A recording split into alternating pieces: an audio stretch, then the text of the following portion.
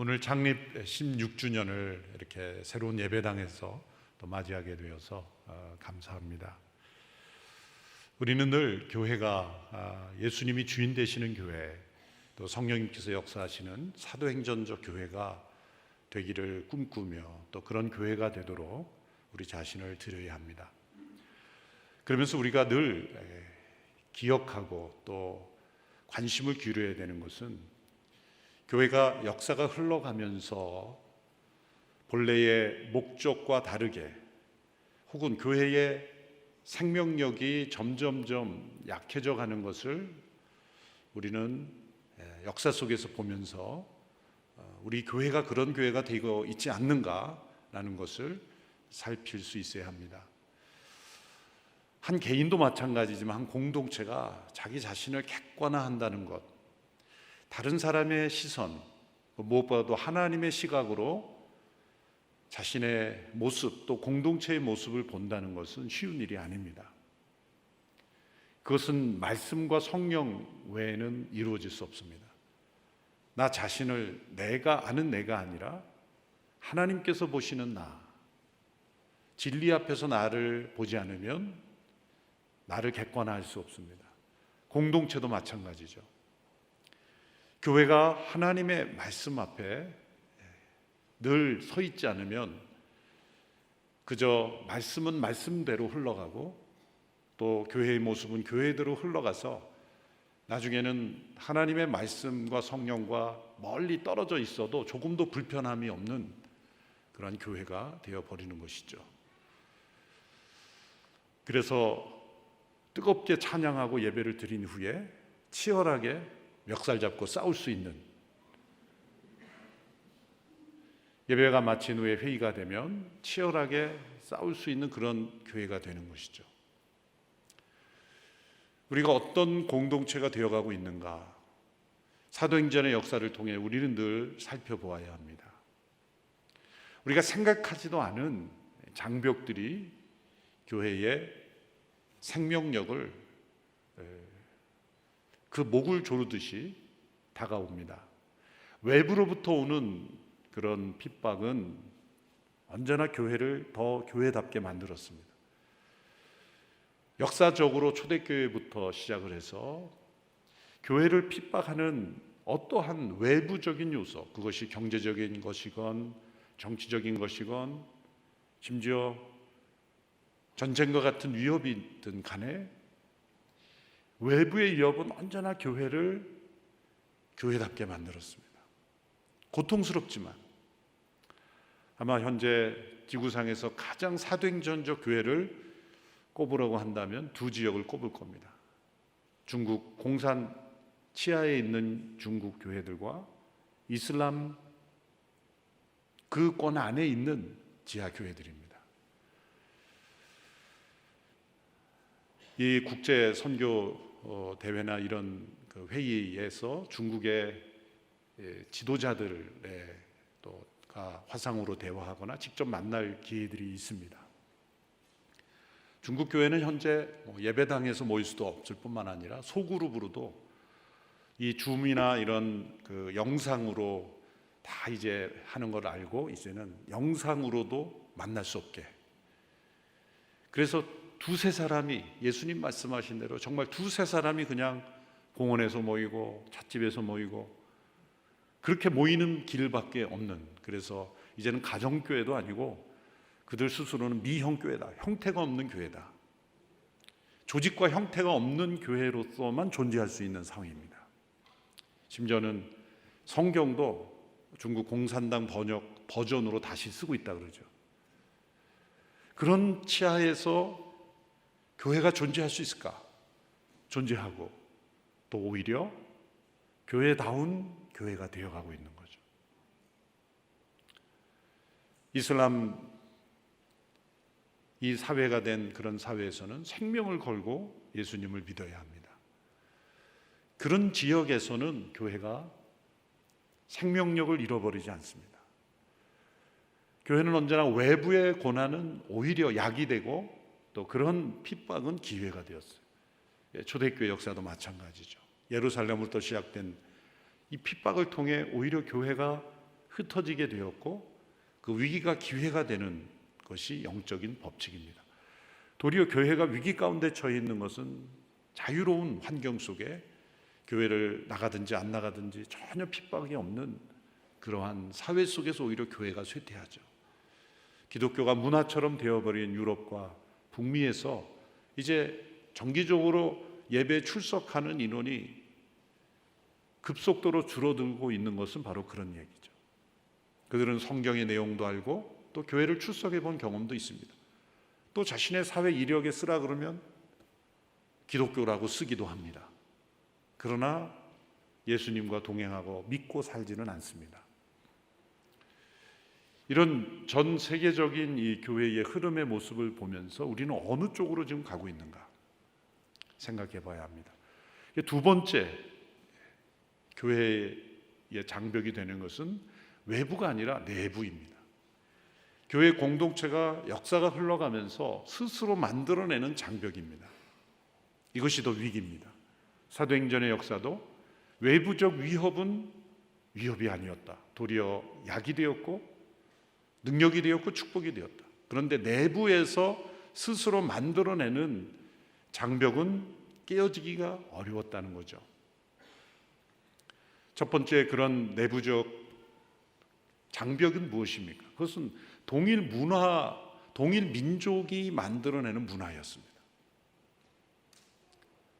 그것은 유대 민족으로 예수 그리스도가 오셨고 또 하나님께서 아브라함의 후손들을 택하여 구속의 역사를 보여주셨는데 하나님은 유대인만 구원하신 하나님이 아니시죠. 아브라함을 택하실 때부터 하나님은 모든 민족의 복의 근원이 되게 하시겠다. 땅의 모든 족속이 너로 인하여 복을 얻게 하시겠다는 열방의 축복의 통로라고 분명히 말씀하셨어요. 그런데 역사가 흘러가면서 아브라함의 후손들은 그들과 함께 하신 하나님의 역사를 보면서 그저 우리들의 하나님 그리고 나만의 하나님, 우리 민족의 하나님으로 여겼고 이방인들을 개로 여겼고 이방인들을 업신 여겼고 결국은 그들이 1000년 이상 익숙한 그 율법주의를 빠지게 되고 결국은 메시아를 십자가에 못 박게 되었습니다. 이 엄청난 이 복음을 먼저 받았지만 하나님의 선택을 먼저 받았지만 그것이 선교로 이어지지 않고 우리만의 축복, 우리만의 하나님으로 가두어 버리는 이 무서운 속성이 교회 안에 존재한다는 거죠. 전 세계 교회를 가보면 다 같은 민족끼리 모입니다. 물론 언어가 통하지 않고 문화가 다르니까 같은 민족끼리 모이는 것은 당연하다고 여길 수 있지만 그러나 미국이나 또 유럽의 대도시, 지금 우리나라의 이제 수도권 서울도 이제 여러 민족들이 모이는 사회가 되었고 특별히 이 송도는 국제 도시가 아닙니까? 그럼에도 불구하고 우리나라 사람들끼리만 모이는 것에 편안함을 느낀다면 뭔가 그것은 제한하고 있는 장벽이 되고 있는 것입니다. 제가 미국에서 목회할 때 어느 한순간 제가 이건 아닌데 라는 생각이 들었던 때가 있습니다. 그것은 저 남미 아프리카로 단기 선교를 많이 가는데 바로 옆에 있는 바로 옆에 있는 남미 사람에게는 전혀 접촉하지 않는다는 거죠.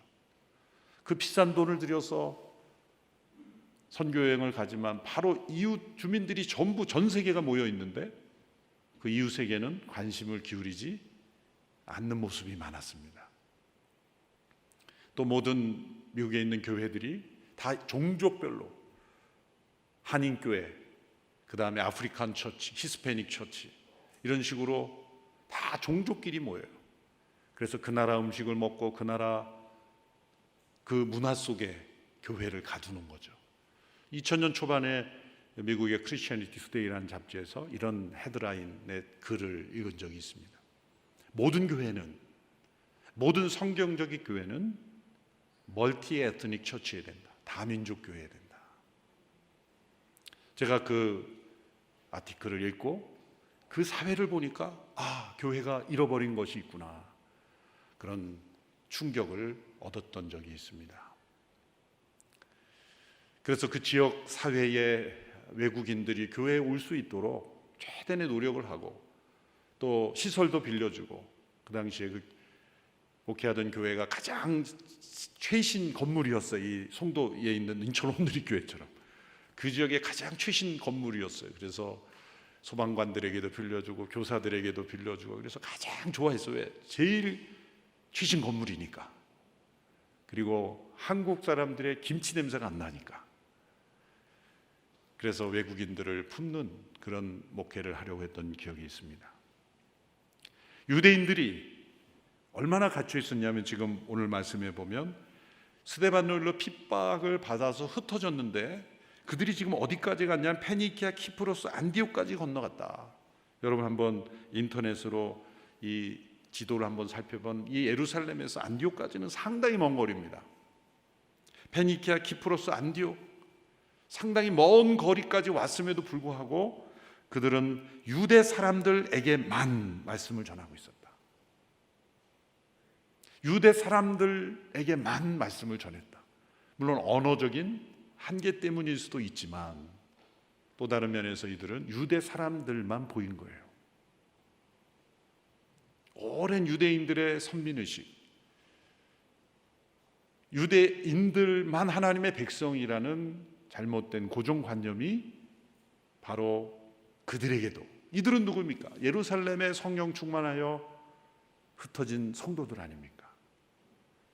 성령 받은 그리스도인들에게도 이 문화적인 장벽을 스스로 만들고 있었다는 거예요.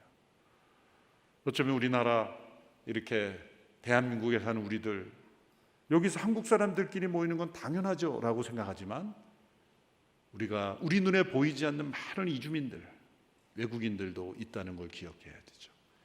온누리교회가 이주민들을 품고 이제 250만 명, 300만 명 넘고 이제 400만 명까지 도달할 수 있는 그런 이주민들, 우리는 그들을 과연 누구로 대하는가? 그래서 저의 비전은 온누리교회가 우리나라의 이주민 분포만큼은, 이주민들이 10%다 그러면 온누리교회 10% 성도가 이주민이어야 되고 20%다 그러면 20%는 온누리 성도여야 된다. 그래야 우리가 이 올바른 시각을 가지고 우리만의 교회가 아니다, 우리 민족이라는 것을 뛰어넘을 수 있어야 된다는 것, 사도행전을 통해서 배우는 거죠. 두 번째, 이 문화의 장벽은 무엇입니까? 그것은 이 세대를 뛰어넘지 못하는 장벽이에요. 1세대의 어떤 그 문화 속에 교회가 성장했습니다. 다음 세대까지 이 복음이 전해지지 못하고 그 한 세대에만 부흥하고 한 세대에만 교회가 존재했던 그런 교회가 되어서는 안 되죠. 우리 1세대 복음을 받았던 우리 선조들에게 있어서 가장 중요한 문제는 바로 이 문화를 어떻게 뛰어넘을 수 있는가. 당시에 양반 문화, 옛날에는 신분사회였기 때문에 이 같은 가정에 있는 소위 그 당시에 하인들이 같이 나올 수 있느냐, 이런 게 문제였어요. 지금도 인도에 가면 카스트 제도, 신분 제도가 있기 때문에 높은 이 클래스에 있는 신분을 가진 사람들이 그보다 못한 신분을 가진 사람들이 나오면 안 나온다는 거죠. 그 사람도 다 크리스찬이라 그러고 그렇지만 그 신분 사회의 그 벽을 깨르지 못한. 그러나 놀랍게도 이 조선 땅에 온 선교사들의 기도와 우리 한 선배들의 믿음의 선배들의 노력으로 우리 대한민국 역사에는 그거를 뚫고 복음의 역사가 이 나라의 모든 이 신분적인 그것들을 부서뜨리는 놀라운 역사가 있었죠. 근데 이제 다음 세대로 또 다음 세대로 복음이 이제 흘러갑니다. 어쩌면 우리가 익숙한 문화에 우리 다음 세대가 익숙하기를 바라는 것은 복음을 우리 스스로가 가로막을 수 있습니다. 본문에 보면은 이 키프로스와 구레네 사람 몇 사람, 이 사람은 누구일까요? 어쩌면 그리스 말도 할 수 있는 사람일지 모릅니다.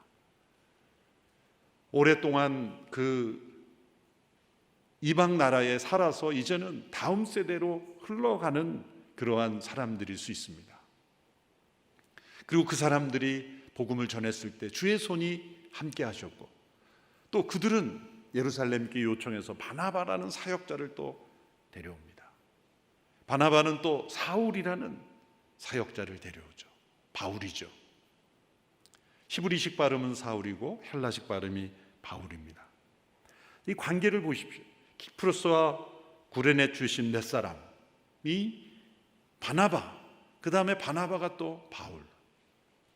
이것은 교회를 발전시키는 다양한 세대, 다양한 계층, 다양한 사람들이 계속해서 사역할 수 있도록 문을 열어주었다는 걸 보여주는 거예요.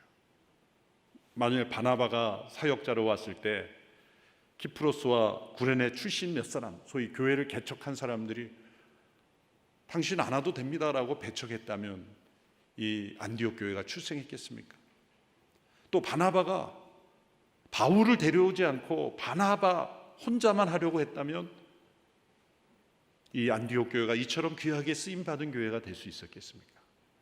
생명력 있게 시간이 흘러가면서 문화의 장벽을 뛰어넘는 교회는 이처럼 계속해서 새로운 일꾼들을 환영하고 받아들이고, 우리가 더 주님 앞에 쓰임받는 공동체가 되기 위해서는 마음을 열고 하나님이 보내신 일꾼들을 세우고 또 세우고, 어느 누가 주도하는 교회가 아니라 하나님이 보내신, 하나님이 세우시는 사람이라면, 복음 앞에 온전히 서서 기도하는 헌신된 사람이라면 하나님께서 세우셨다 믿고 서로가 서로를 계속 세워주는 거예요.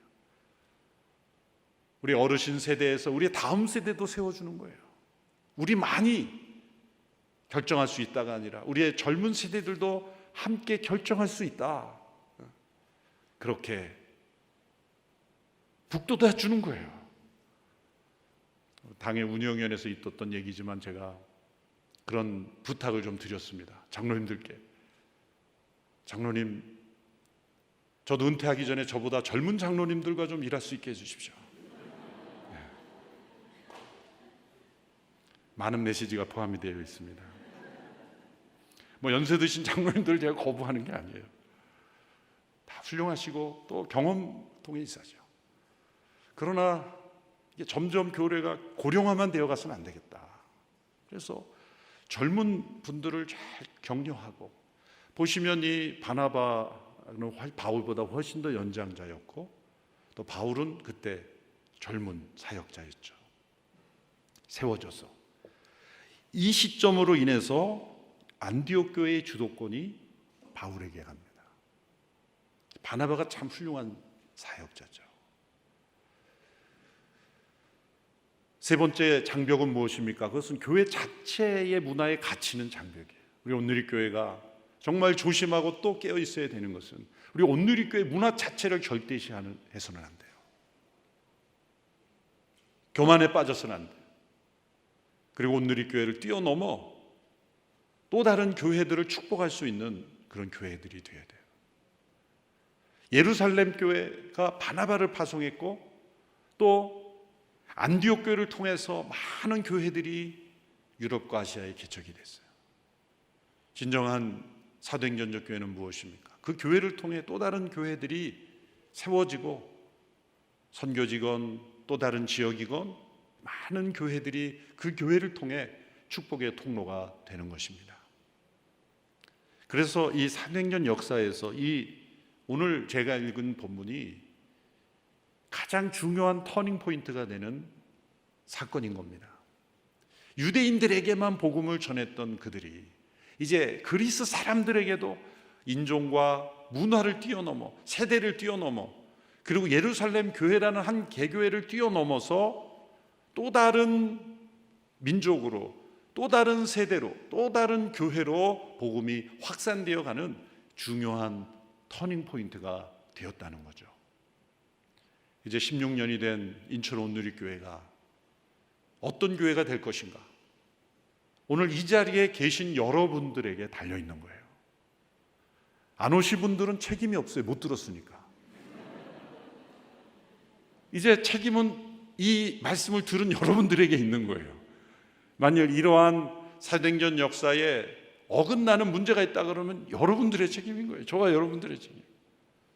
어떤 분 표정 보니까 오늘 괜히 왔네 이런, 그럴 리 없겠지만 이제 책임감을 가지고 여러분, 이제 어떤 손님처럼 왔다 갔다 하는 신앙생활이 아니라, 누군가 하겠지가 아니라 바로 이 사도행전의 역사가 나를 통해, 우리를 통해 이루어져야 된다.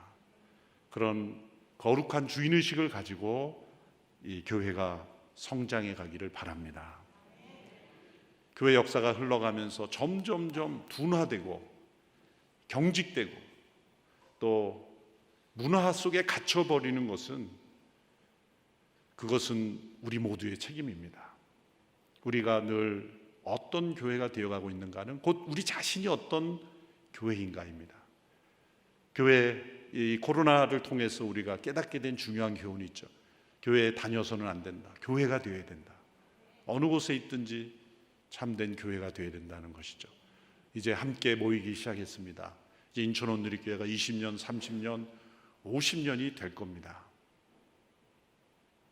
그때 우리가 50주년을 맞이할 때 우리는 어떤 역사로 하나님 앞에 올려드릴 건가?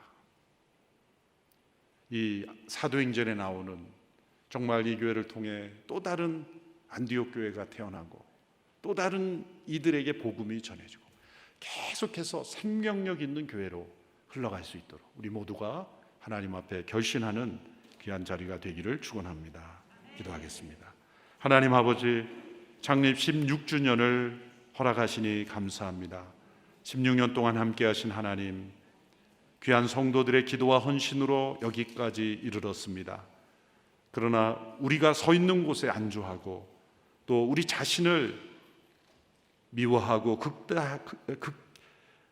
칭찬하며 또한 만족하는 저희들이 되지 아니하고 하나님 앞에 끊임없이 우리 자신을 깨트리며 갱신하며 사도행전적 교회로 변화되어가는 저희들이 되게 하여 주시옵소서. 예수님의 이름으로 기도합니다.